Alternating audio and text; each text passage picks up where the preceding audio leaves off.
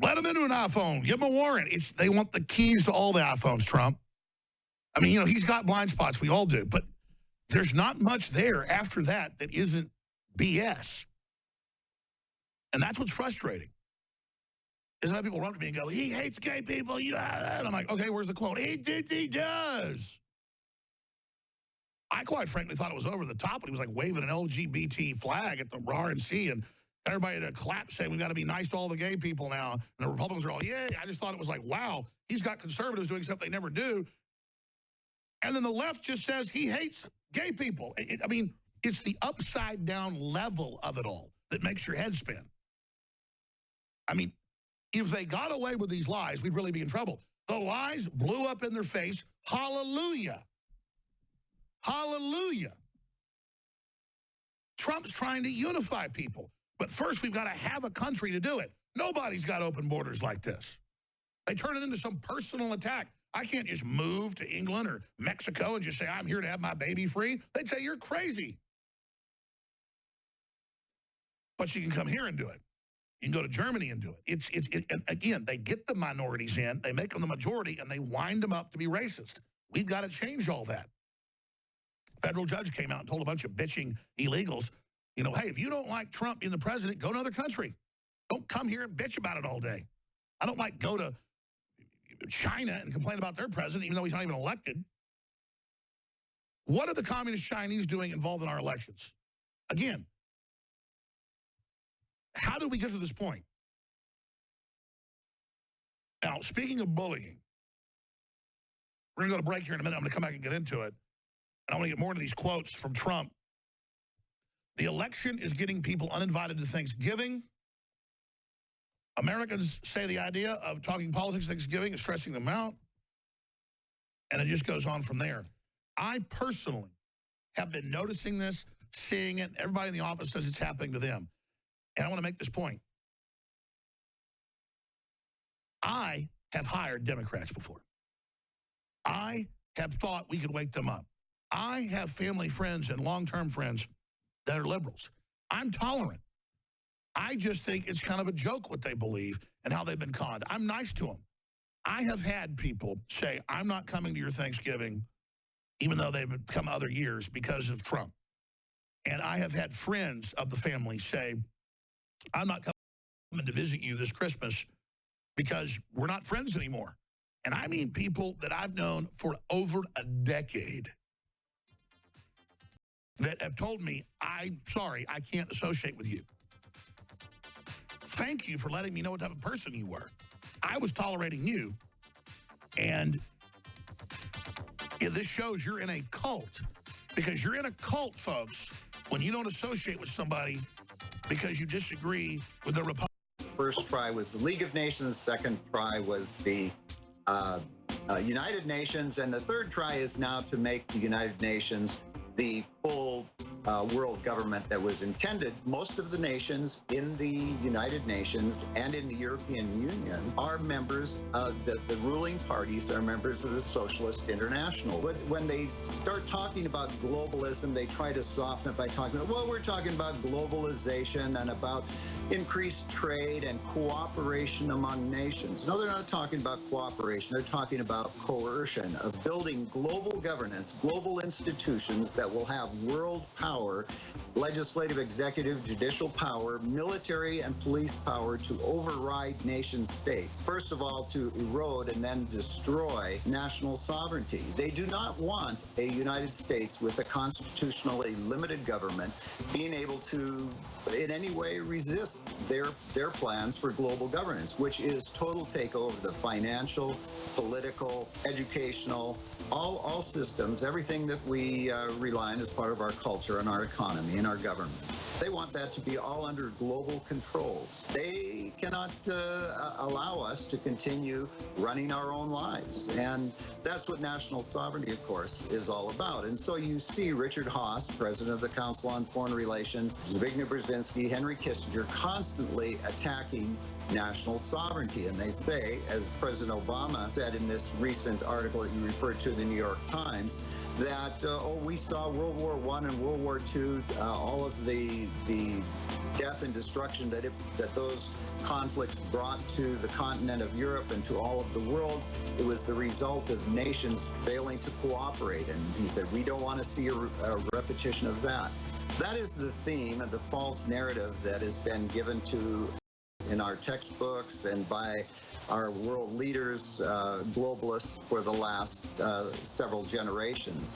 And of course, that isn't true at all. The World War I and World War II were actually initiated by the globalists. Peter Sutherland, of course, is the ultimate globalist insider. Goldman Sachs, European Council on Foreign Relations, Trilateral Commission, Bilderberg, all of the organizations, the globalist New World Order organizations that the establishment media says don't exist or are benign, inconsequential, social mingling groups. And Peter Sutherland and George Soros, with his International Migration Institute, were the ones that put this together. And of course, George Soros last year said that the New World Order has to feature China as the center of communist China as the center of the New World Order. By the way, I've even got some people in the office freaking out over the former head of the campaign, Conway, going on TV and saying, oh, Trump, thinks Hillary's been through enough. He's not planning to go after her. Well, it's not the president's job to prosecute people. It's the attorney general he appoints. And Jeff Sessions is the #1 constitutional attack dog. And that signals he's going to do the right thing and step aside politically and not be involved. Now, quite frankly, I think the Democrats are smart enough to understand something, so I'll say this. Trump doesn't want to be political. He doesn't want to violate the law, so he's stepping aside. But Trump is very justice-oriented. That means vindictive in their nomenclature. And it is my belief that he's going to step aside and let the AG and or state AGs as well go after Hillary. Now, he doesn't want to telegraph that because then what happens? Let's think, folks. Who gives a pardon in the 58 days he's got left? Barack Hussein Obama. And then there's a pardon for Hillary. So they want to either let him do the pardon and force that out in the open, or regardless, they're going to go ahead with a strong AG. All Trump can do is put an AG in of high credibility and high moral standing, who always does what he says he'll do. And probably one of the most honorable people in Congress is Walter Jones or Jeff Sessions. Congressman Jones and Jeff Sessions are known for doing exactly what they say they'll do to a compulsive level like Ron Paul. I mean, it's compulsive. Because I'm the type of guy that does what I say I'm going to do, but if things really change and it's going to hurt somebody if I do what I said I'll do, I'll try to explain to them, hey, I think we should do something different. Those guys won't even argue it. They'll just do it no matter what. Very dogged is the way I would describe it. You talk about attack dogs, this is it, like a bunch of hounds going after, a wolf or whatever. So it's on. It's on. And they know that. And I would expect Trump to not be sitting there poking Hillary and poking Obama. And here's the deal. I was told over a week ago by multiple sources. I talked to another source everybody knows. He checked. He said, yeah, no, that's dead on. Chelsea is over there. Chelsea's been meeting with Trump's daughter, oldest daughter, and Kushner's wife, and is just begging, please don't indict my mommy and my daddy. And the word is then the Democrats will leave Trump alone if they win in 4 or 8 years, the same cover your butt program. Well, you know what? Trump doesn't need that. Trump isn't going to run a corrupt ship. Trump really runs things by the book, has top law firms certify everything. He's firing all the lobbyists right now, again, delivering on every promise. So this is a big deal. It's a big deal. I said I'd get into the bullying, and we're going to do that when we start the next hour, because all over the country, people I know, staff here, multiple crew members are not having Thanksgiving with their parents. They're not having Thanksgiving with their children. Maybe I can get some of them to actually come on air. I didn't ask one of them yesterday if he wanted to tell a story on air. And I know his parents, too. They're nice people, man, but they are flipped out. Especially one guy's mom is to the point that she I mean, I know people aren't getting out of bed, folks. We're talking almost 2 weeks into this, and people are in their beds. I mean, this is crazy town. This is crazy town, folks. Because they really believe a guy that loves Hitler just got elected. They believe all the crap. And they're the minority, but they are susceptible. And I'll tell you who they mainly are. It's white people. The really weird stuff I'm getting from white people, mainly white liberals and baby boomers who just, they've always been the heroes their whole lives. They were fighting the right-wingers. They were fighting the, this and that. And they just are heroes in their minds. And they have no respect for anybody else or their views or their opinions. And I've had 2 different people I know who hardly ever even seen, but, who I just invite to come over because I don't do a lot of entertaining, but I do around Christmas and other holidays. I'll have like 50 people at my house. And they're like, oh, we're not going to be coming. And I'm like, all right. And then like another email, because Trump, yeah, you understand, right? I'm like, oh, well, don't let the door hit you on your ass out the door. I am pretty darn reclusive. And I only have people around like twice a year.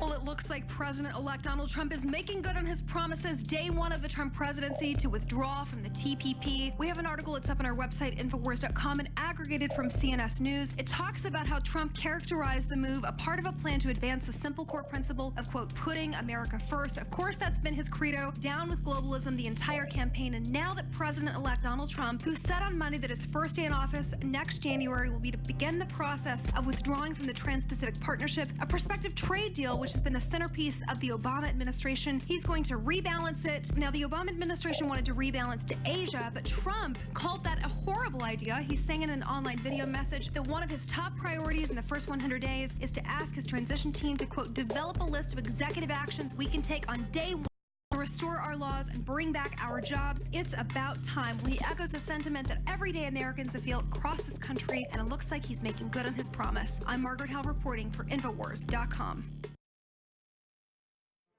You're listening to The Alex Jones Show.